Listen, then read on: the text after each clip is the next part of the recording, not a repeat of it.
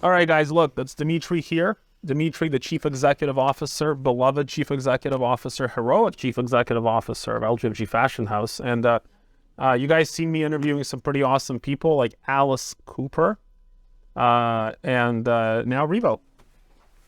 So very So what you get after Alice Cooper, yeah. You're like the better version of Alice Cooper because Younger. and you sing beautiful songs on the phone with your sales pitch. Yeah.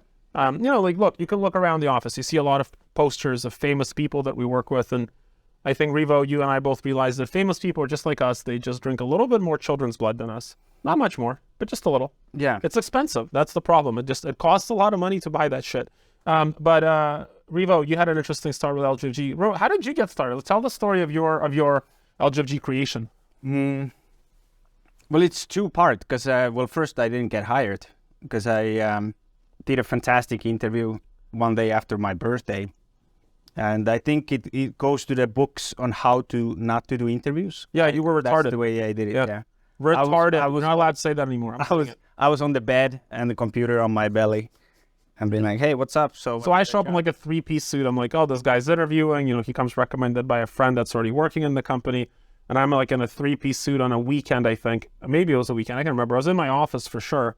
And then this guy comes on and he's just like, I'm like, oh, this is not going to go well. Yeah. So that's my start because I really had a couple of friends working here. And but we didn't hire. I told you no. Yeah. I was like, no, man, this isn't going to work. Yeah, so they were like, this guy? So I was in a party mode at that stage in my life still. Late 20s. Yeah, you got there late, but you got there. Yeah. And then it starts a year later because I moved to South America, moved to Argentina, lived in Buenos Aires. And still in the back of my head, I was like, I think I could do it. And then I came back and somehow still got an interview. So I didn't remember you. I had interviewed a lot of people. So it's still got an interview. I had to fly in, start from Estonia, and then. So you trained here in Estonia, eh? Yeah. Who did you train with? Tonu was my trainer. I love Tonu. Yeah, he great LGFG guy. Yeah, he had been doing this for a few years, so he had a little bit of experience and knew what he was doing. And so you went with him to Amsterdam, or? It was even better because I started for 1 week. I called to Sweden. Okay. And then a guy who was supposed to go to Madrid quit. Okay. Right. That loser. I don't know. I can't remember. Yeah. Thank God. And then I got to Madrid market. So 2 weeks later, we were in Madrid. Yeah. With Tonu. I remember that story. So what happened was this dude, nice dude, he moved from Canada to work with us in Spain. Like, cool. Because he spoke Spanish. Mm-hmm. And when he got to Spain, he like lost his shit and like just went dark, went missing for like a week. And we're like, what happened to this guy? He died? Like, we had no idea what happened to him. He completely disappeared. Okay. Then he reappeared and he's like, listen, coming to Spain and speaking Spanish reminded me of like some trauma with my dad and I can't do this. As I was like, he like literally lost his mind. He got into a Spanish speaking place, which was one of the weirdest stories. This is just like a weird story. But then you came along, you're like, hey, I'm trying to learn Spanish. Can I work in Spain? And we're like, I guess you can. Yeah. So you went to work in Spain for like a little bit. Yeah. But then you went back to Argentina. Correct. So the original plan was because I wanted to open a market in South America. Mm-hmm. Be the first one to do it in a company. Yep. And then, if you're totally new, you don't just send anybody there. So I had to get good first. And then I did 1 year in Madrid. Mm-hmm. So 3 weeks in Estonia, calling, setting up appointments, and then I usually did a week in Madrid.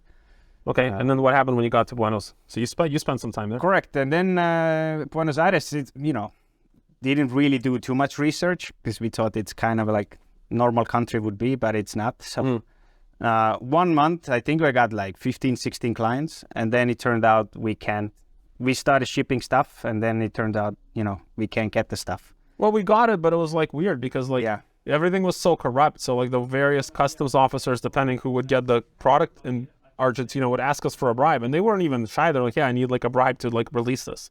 Yeah. Crazy. So we ended up like paying off some bribes, and then we're like, hey, like we need to make a profit here. Like literally because the country then banned suits, I think. Like they banned wool products from being imported, didn't they? Yeah.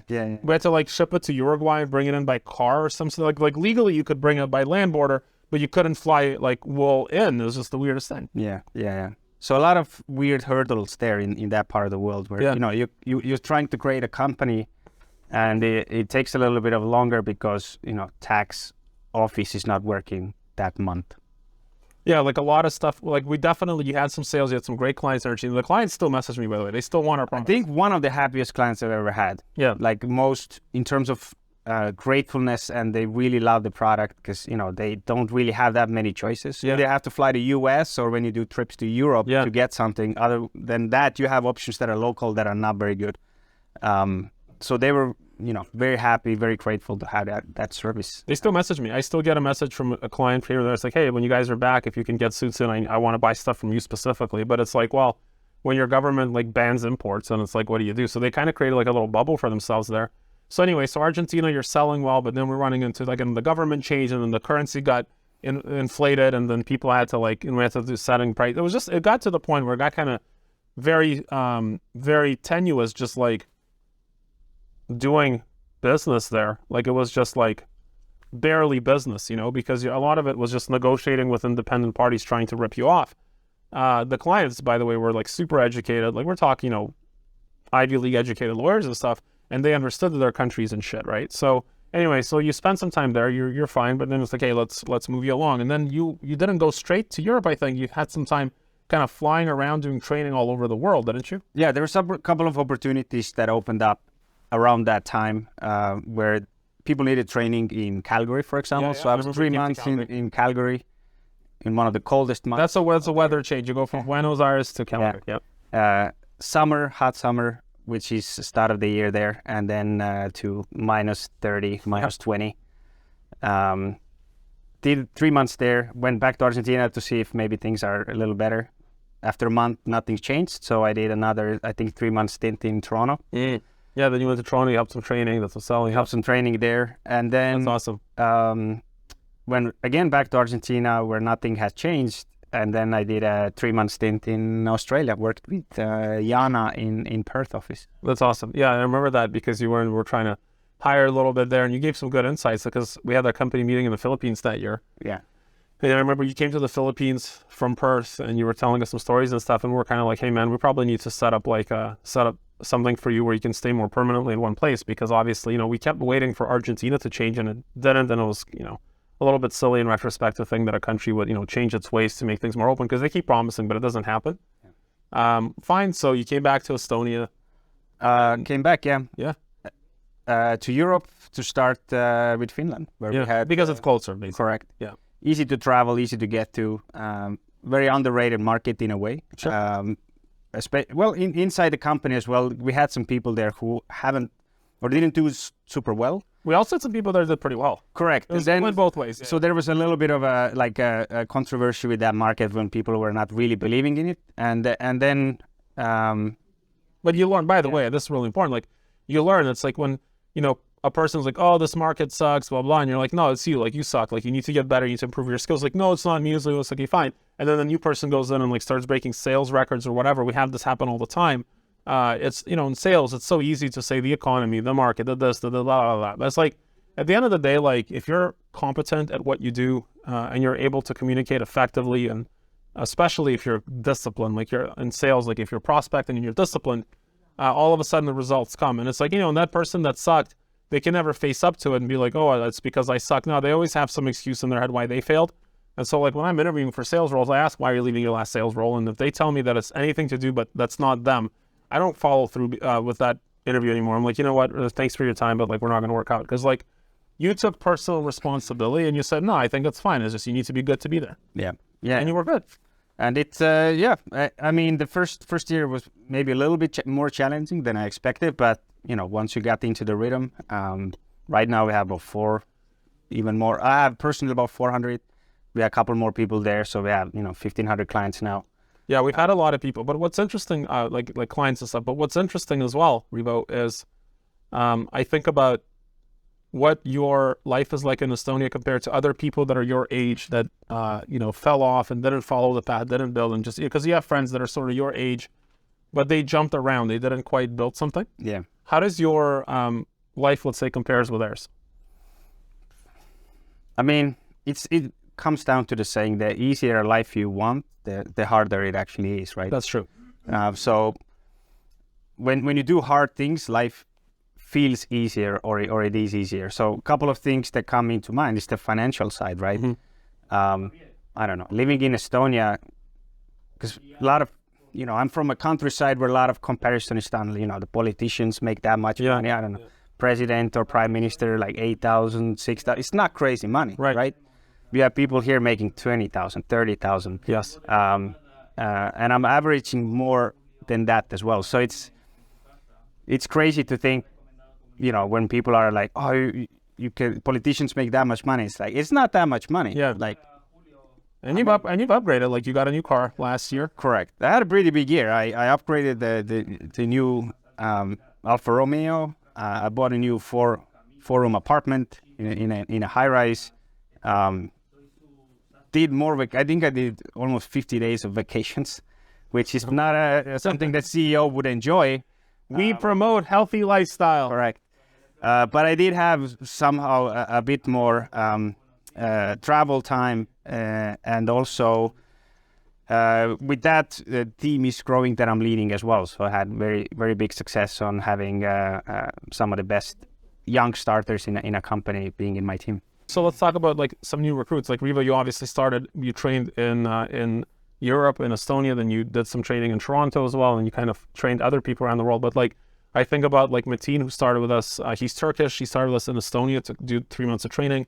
Then we put him in London. He developed a little bit there. Now he's living in Hong Kong and working in our Hong Kong office, which is like, for a guy that hasn't traveled a lot, but sharp and hardworking guy, so that's a big thing, right? I think about David. He's from Georgia. He's from Tbilisi, Georgia, the country, and we had him train in Estonia and Prague. So he would go between Estonia and Prague for meetings and for calling. So he had to develop some sales skills. Now, again, Hong Kong market. So pretty awesome. Yeah, there definitely are travel opportunities. We're not just sending people to travel for the sake of traveling. Like, we have openings for different leaders where people can develop. I think of Alex Marumtsev right now. He's a Ukrainian. He trained with us for a couple of months here in Estonia. He's now in Belgium. He's in Belgium. So definitely, training is a big part of sales, and we invest so much into our people to develop them, so much into our people to make them better. It doesn't mean everyone's guaranteed to succeed, but 53% of our sales reps are 6 figures in 18 to 24 months. So it's like a year and a half to 2 years. If you're average in our company, you're making 6 figures. So that's not nothing. That's something, right? And obviously people make more and more and more. So training is important. Development's important. Sometimes travel comes into that. If you're inflexible, if you're like, oh, you're going to be away for a couple of weeks, like, fine, don't be. Like, we're not going to waste our time with you. Don't waste your time with us. Like, we're looking for winners and champions, and for people that are looking to grow their life and have meaning and purpose. And what we're building. Yeah, we're building $100 million business. So why not be a part of it, right? And you can choose how big your part is, right? That's true. If you want to do it via team, if you want to do it via selling, you want to do it combined, and probably there is even positions available here that don't exist yet. All the time, future, right? All the time. One thing that for sure though, it's like if you're a young person, you want to know how to grow quickly, sales is the way to do it. Like if you're bringing revenue to the company and your numbers look good relative to others, you always have the CEO's ear. That's one thing I learned when I was younger. It's like the CEO of a company told me, if you're top in sales, you always have access to me. And I was like, great. And I work really, really hard to have access to that and to build that network and to, capitalize that opportunity. But if you're just looking for a job, fine, whatever. We have lots of jobs as well, but if you're looking for a career in sales, then man, like this is the place to do it. So it's cool. Well, let's talk about what we really came here to talk about. My ankles. My God. Well, thanks so much, man. That was really cool. And here's one last question for you. What advice would you give? So you started, 7 years ago, 6 years ago? Funnily, yeah, I have a work anniversary today, 4th of April, 2016. Wow. Was my first day. 7 years. 7 years. Crazy. Exactly so 7 years. What advice would you go back and give to Revo 7 years ago? I would probably read more, even more. I would say, I don't know, learn faster. Well, you know what mistakes. You know what they say about if you say I want to read more, just like the best time to plant a tree was 20 years ago. The second best time is right now. Correct. Yeah. But that's really cool, man. Very proud of you for sticking with it and building a client base and a team. And yeah, bro, it's just like fun and stuff. So much fun. Hey man, listen, if you're in a company, you know, from a young age for 7 years and you're still building and growing, like that's different from what people experience nowadays, you know. And I get hard for commitment, man. I like the idea of commitment and follow through. Like I like those sort of long-standing, long-term relationships. That's actually a really big. Again, I kind of realized, like, as I hit 40, like how much I underestimated the value of just trust and predictability in relationships. Like that's a big thing, you know, because a lot of people fall off, et cetera, but the people you stick with and the people that stick with you, it's like if they stick it through, like some pretty cool magical stuff happens, you know. Like you said, you know, the lifestyle gets upgraded, the growth, the amount of impact you can have on other people. Yeah. The cigars, they get better. Yeah. Even diamonds and gold on a cigar. Yeah, we'll have a story about that another time. All right, Revo, thanks, man, for sharing your LGFG story. It's been all right.